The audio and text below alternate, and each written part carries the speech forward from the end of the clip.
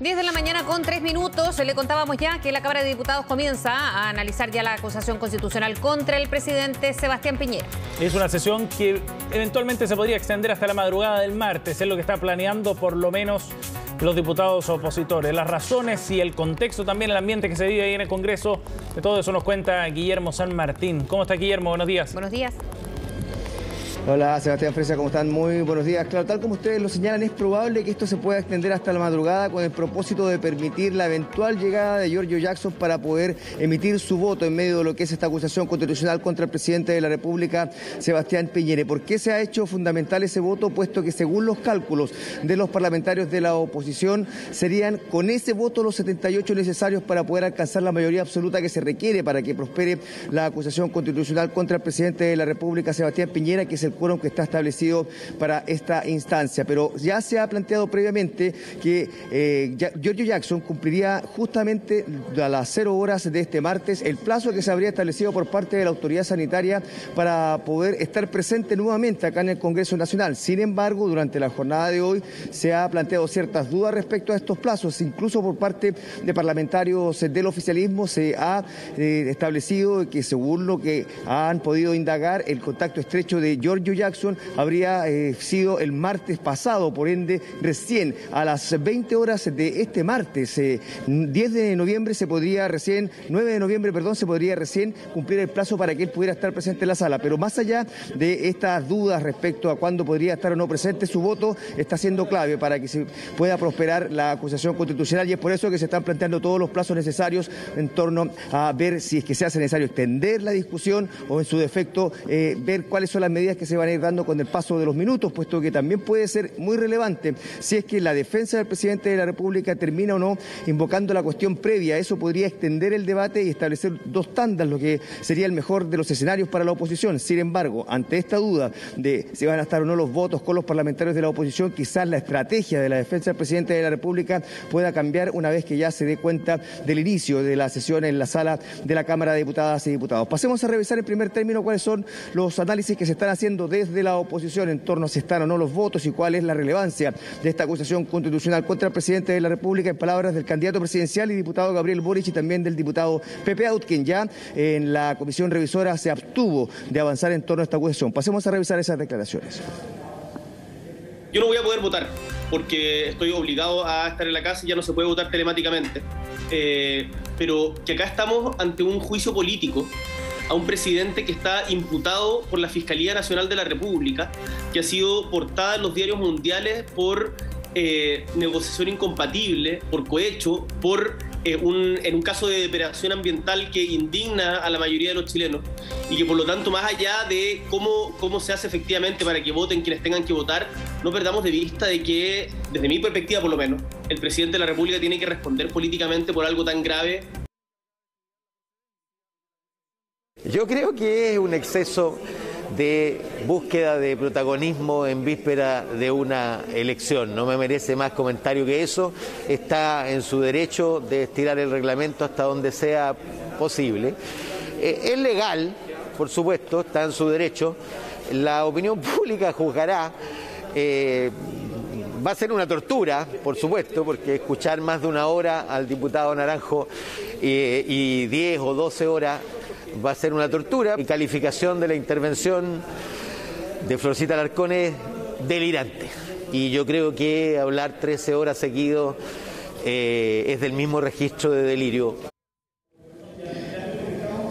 Bueno, el tono de las críticas del oficialismo también van en línea con lo que ha planteado el diputado Pepe Out, en el sentido de que se estaba mal utilizando lo que es esta herramienta de la acusación constitucional a través de estos mecanismos también de forzarlo, lo que se ha establecido, incluso se le denominó como la ley Lázaro por parte del diputado Jaime Naranjo, lo que a juicio del oficialismo, lo que a juicio del Ejecutivo da cuenta del tenor que está tomando esta acusación constitucional, un carácter netamente político, considerando además que el propósito de ir avanzando en términos términos de lo que eran los capítulos que establecían esta misma acusación, ha establecido ciertas, perdón, tengo una complicación, ha generado ciertas dudas por parte de los propios parlamentarios en la línea de poder ir avanzando en términos de cómo se iba argumentando en torno a los términos jurídicos de acusación. Si me ayudan en el estudio, sí, por favor. De todas maneras, Guille, no te preocupes, porque, claro, tú lo ibas a decir, ha habido ya reacciones del diputado Torrealba también, por ejemplo, entre en la previa, ¿no?, y antesala de lo que se espera para hoy, que se podría extender ya por las razones que hemos mencionado. Revisemos en estas declaraciones y repercusiones de los últimos días.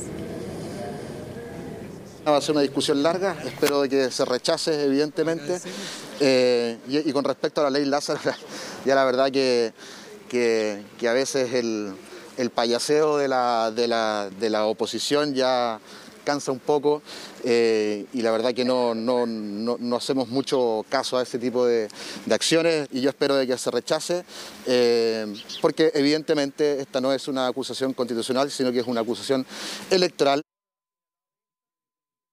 En Chile las reglas son para todos y hay reglas en la emergencia sanitaria del COVID-19 que tienen que cumplirlas todos. Hay algunos de esa oposición que querían que se les cambiara la ley y que se les permitiera ir a votar siendo contacto estrecho o COVID positivo. Ningún chileno puede hacer eso. Ningún chileno puede pedir que le cambien las reglas para ir a su pega siendo COVID positivo ni contacto estrecho.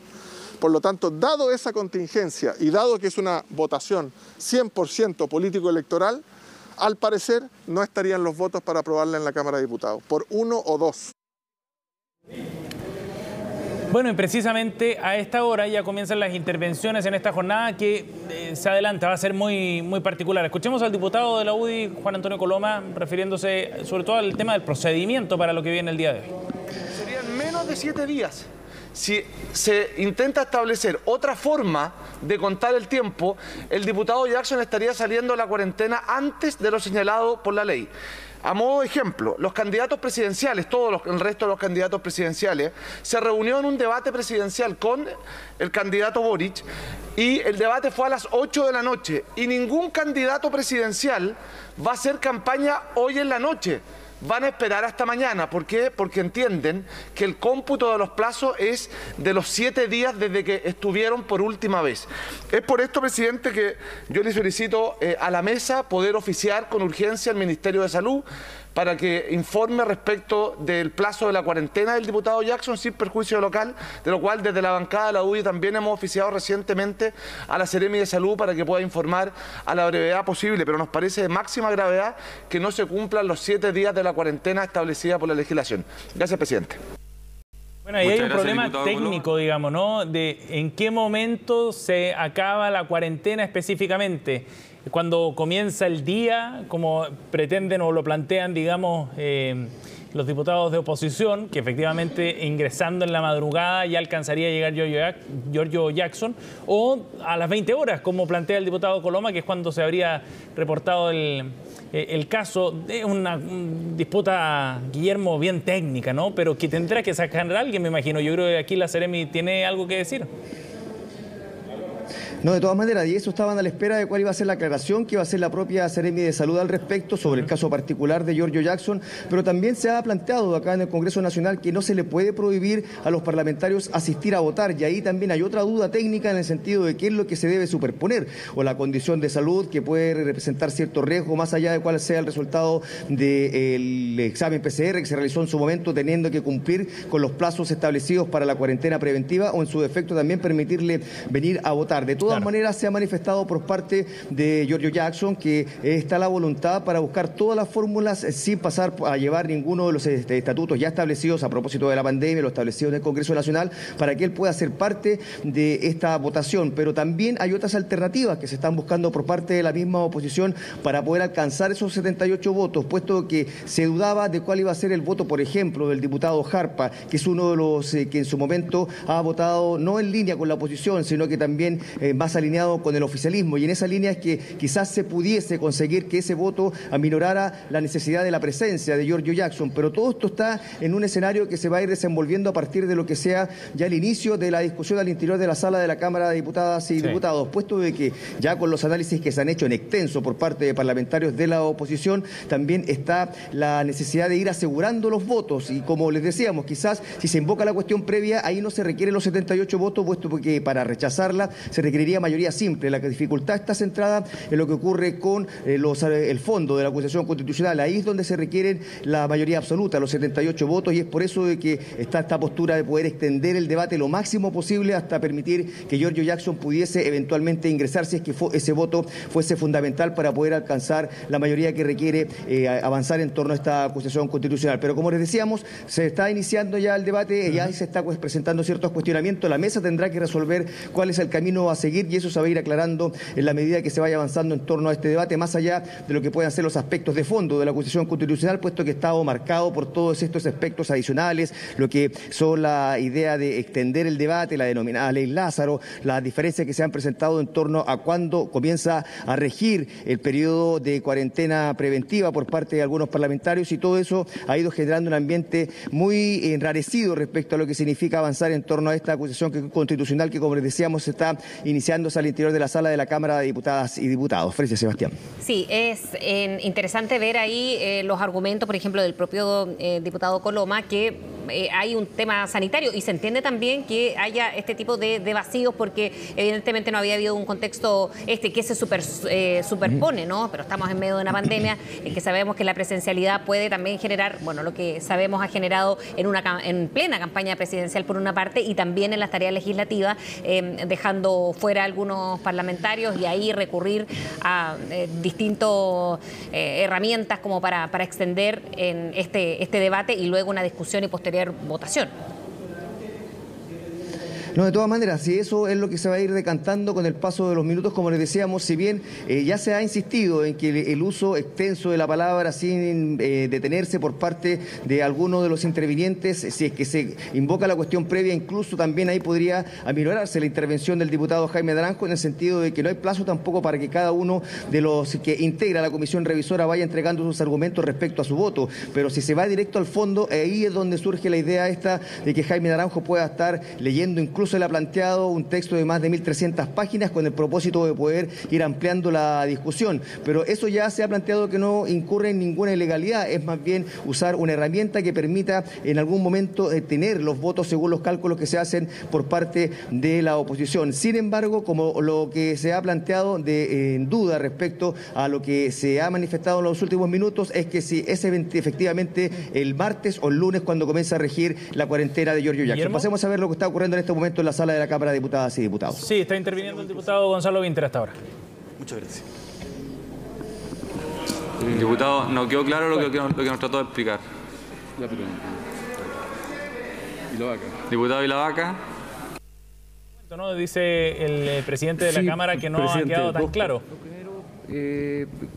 Responderle al diputado Coloma a través suyo, presidente, que es efectivamente la autoridad sanitaria quien determina cuáles son los protocolos y cuáles son los plazos, ¿ya? Y tengo entendido que ha sido la Seremi de Salud la que ha autorizado corrientemente al diputado Jackson cuando se libera de su cuarentena. Por lo tanto, no nos corresponde a nosotros estar cuestionando o tratando de presionar hechos que no corresponden. Respecto al tema que me interesaba en realidad conversar, ya lo planteó latamente el diputado Zafirio, y me preocupa el tema de los plazos, presidente, porque es un tema complejo que necesitamos debatir. Me gustaría saber también cuál va a ser la forma en la cual vamos a desarrollar ese procedimiento y cuándo lo vamos a discutir en definitiva.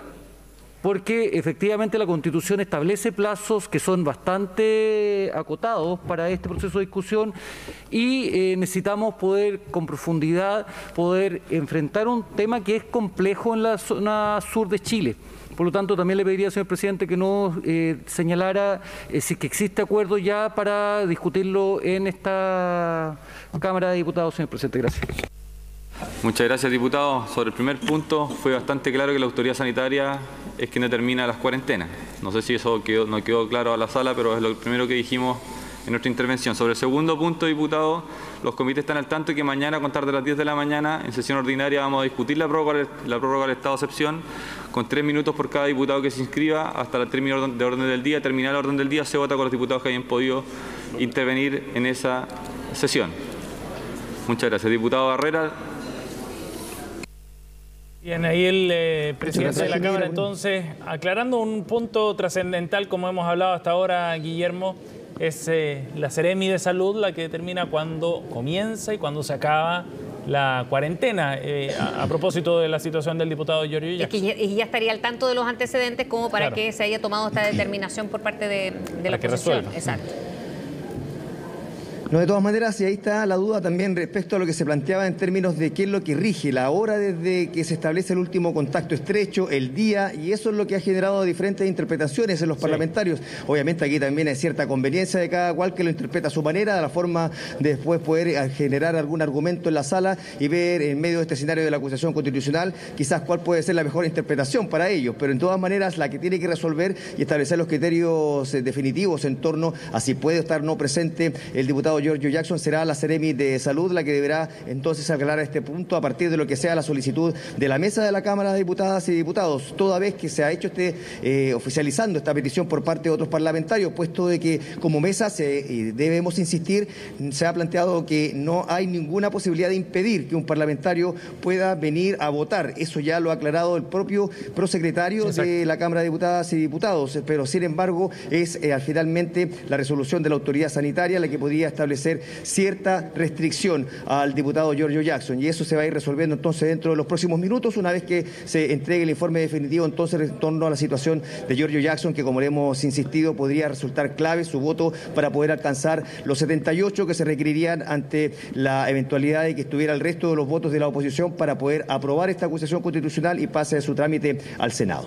Claro, ahora sí se suma uno más a favor, entonces a lo mejor todo esto se podría ahorrar, o al revés también, si se empiezan a restar algunos votos a favor y ya cambia el escenario. Exacto. A cuidarse la garganta, Guillermo San Martín, menos mal que él no tiene que hablar en la mascarilla, horas quería hacer la aclaración, en la mascarilla es la que va a generar complicaciones, claro, y si hablara tanto como Jaime Naranjo quizás podría tener más complicaciones. Tendría que tener un reemplazante. Eso sería difícil.